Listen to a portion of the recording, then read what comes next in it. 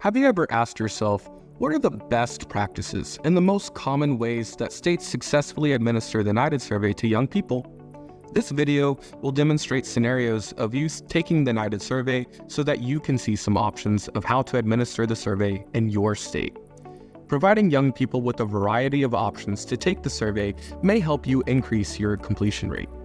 Successful administration of the NYTD survey is extremely important to collect outcomes, data, information directly from youth about their experiences during and after exiting the foster care system. Listening to the voices of young people can guide decisions and improve services for themselves and other youth. As you will see in this video, there are many ways to administer the survey, but there are a few things they all have in common. The administration of the survey is made young people friendly by letting the young person choose where, when, and how to complete the survey. States should have several different options for administering the survey to best accommodate young people. For example, the survey could be completed in person, which can include a quiet, private location, date, and time chosen by the youth, or in the survey administrator's office. Over the telephone, which can include the use of virtual call platforms such as Zoom, Microsoft Teams, WhatsApp, or a video call. When this option is chosen, the questions will be asked over the telephone or virtual call option, when the survey administrator will enter the young person's response into the NYTD database. Electronically, which can include an email link to an electronic survey hosted on a website, an email link to an electronic survey form, such as Google Forms, Smartsheet, or SurveyMonkey, a quick response, referred to as a QR code, hosted on state's website, or included in a letter mailed to the young person to complete electronically. An email with an attachment to be completed and returned, such as a fillable PDF or Microsoft Word document. An email with an attached PDF sent to the young person or supportive adult that is printed, completed, scanned, and returned. Lastly, by mail, in which a paper survey and self-addressed stamped envelope are provided to the young person for completion and return, or includes a QR code for young people to access. It typically takes around 15 minutes to complete the NYTD survey with a young person, but varies on factors such as how engaged and focused the young person is, and the number of additional questions states ask. Remember to be patient and meet the young person where they are at. Let's walk through some survey administration scenarios together. This first scenario is meant to demonstrate survey administration best practice. It shows an in-person meeting between a survey administrator, in this case, an independent living worker, and a young person in a private location. The young person chooses the location and time of the meeting, which helps to ensure that the youth is comfortable with the setting. The young person completes the survey as the independent living coordinator asks the questions. The young person gives the completed survey to the independent living coordinator at the end of the meeting so the worker can take the survey with them and enter the responses into the NYTD database. A better scenario would be for the worker to have a laptop or tablet and be able to enter the young person's answers directly into the NYTD database. Let's take a look. Hey Cody, it's great to meet with you in person. Remember, you can call me James, but I use he, him pronouns. As an independent living worker, I'm responsible for getting together with young people like yourself to go over the NYTD survey and help you complete it. How are you doing today? I'm doing okay. My pronouns are they, them. I'm glad you're doing okay today. I want to thank you for taking the time to meet with me today. This private conference room you suggested at your college is a great place to meet. What are you studying in college? I'm focused on my general education courses right now, but I'm really interested in IT. The IT field is great. There are so many different areas you can go into. Are you involved in any activities? I'm with a group where I volunteer in the community, and I'm also in the drama club, but really I've spent my time studying and working. It sounds like you're very busy and have lots of interests. You may remember taking the survey when you were 17, the incentive you got for taking it. This survey will be very similar. You do not have to take the survey, and you do not have to answer a question if you do not want to. The answers you provide to me today get entered into a database and will be used to improve services and programs that help young people transition from foster care. Your name and identifying information is kept confidential. The survey will take about 15 minutes to complete, and we'll talk about the incentives you can receive when you are finished. Are you okay with continuing? Sure, I'm happy to answer some questions. There are different ways we can do this. I have 2 copies of the survey. You can read along as I go through the survey and ask you the questions, and I can fill in the survey, or as I read through the survey, you can fill in the responses yourself.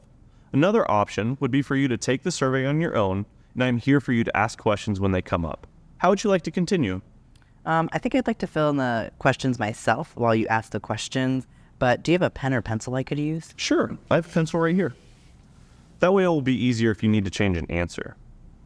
I do want to note that some questions have follow-up questions, depending on how you answer, and other questions have required follow-ups, so we will pay close attention to those questions when we get there. Some of these are additional NYTD questions we've added to our survey to hear from young people about ways we may make changes to improve independent living services. You may know these as IL services. Let's get started. Can you please confirm the survey we are using is the correct one for 19-year-olds? This is on the cover page? Yeah, it says NYTD 19 on the cover page. Great. Thank you for confirming that we both have the right survey. Go ahead and fill out your name, your birth date, my name, which is James Kent, and May 12th, 2022 is today's date. Let me know when you're finished. Okay, I'm finished. As we go through the questions, you can see that each one has a brief description to clarify what is being asked. I can help further explain if needed. Do you have any questions before we get started? No, I don't have any questions, but I might as we go along. No problem. I want you to feel comfortable and ask any questions that come up. The first question is, currently, are you employed full-time? As defined on the survey, that means working at least 35 hours per week at one or multiple jobs. No, I'm in college right now, so I only work a few days a week at a restaurant, but I'll put no. That makes sense then, but you'd put no for this one. So the next question is, currently, are you employed part-time? I'll check yes since I'm working a few hours at the restaurant. Absolutely. Question 3 is, in the past year, did you complete an apprenticeship, internship, or other on-the-job training, either paid or unpaid? Examples of this would be trade schools like auto mechanics or an IT internship. No, I plan to do an internship next year, but I haven't done one yet, so I'll put no.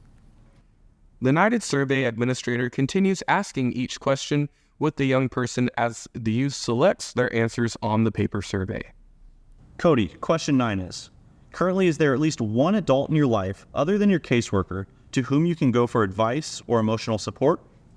I see here on this survey it gives examples of who these adults might be. Do they have to be related to me? That's a great question. It can be confusing because the adult might be a different person to each young person. No, you do not have to be related to the adults. Okay, it's a yes then.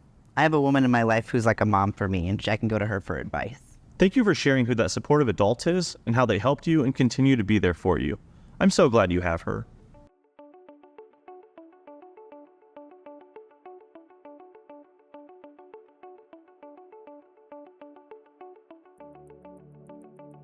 Cody, thank you for answering all of those questions. Do you have anything you want to ask before we complete the final section? I don't have any questions. Okay, we want to ask you about ways we can stay connected and the incentive options we have for you for completing the survey today. We'll be reaching out once more around your 21st birthday for the third and final survey. It'll be helpful if I can get contact information for you so I can easily reach you when it's time. I'll also reach out a few times between now and then to check in. How do you prefer to be contacted? Texting is the best way to get a hold of me. I will text you. The meeting concludes with the NYTD survey administrator working with the young person to gather current contact information, including mailing address, email address, personal phone numbers, and phone numbers of friends, family members, and supportive adults, and social media platforms used and usernames for each. The NYTD survey administrator collects the survey from the young person, looks it over to make sure it is completely filled out so they can ask the youth if needed, and enters the responses into the database when back in the office. To recap scenario 1, the survey administrator and youth met in person at a location and time of the young person's choosing to complete the NYTD survey. The survey administrator explained participation is voluntary, how the information is reported, and the level of confidentiality. The young person can decline to answer questions and explained how NYTD data is used. The youth gave informed consent to complete the survey after this was explained to them. The young person chose how they wanted to have the survey administered to them. The survey administrator read the questions aloud while the youth filled out the answers on the paper copy, providing descriptions and answering questions if needed. At the end of the survey administrator discussed incentive options, preferred contact method, contact information, including mailing address, and email address, personal phone numbers, and phone numbers of friends, family members, and supportive adults were collected from the young person to support regular contact with the young person between survey years and for the completion of the survey at age 21. The survey administrator will transfer the information from the paper copy of the survey into the NYTD database, including the pronouns the youth uses when they return to their office, keeping the paper copy of the survey and the young person's case record, and uploading a scanned copy to the electronic case record as applicable. Thank you for watching.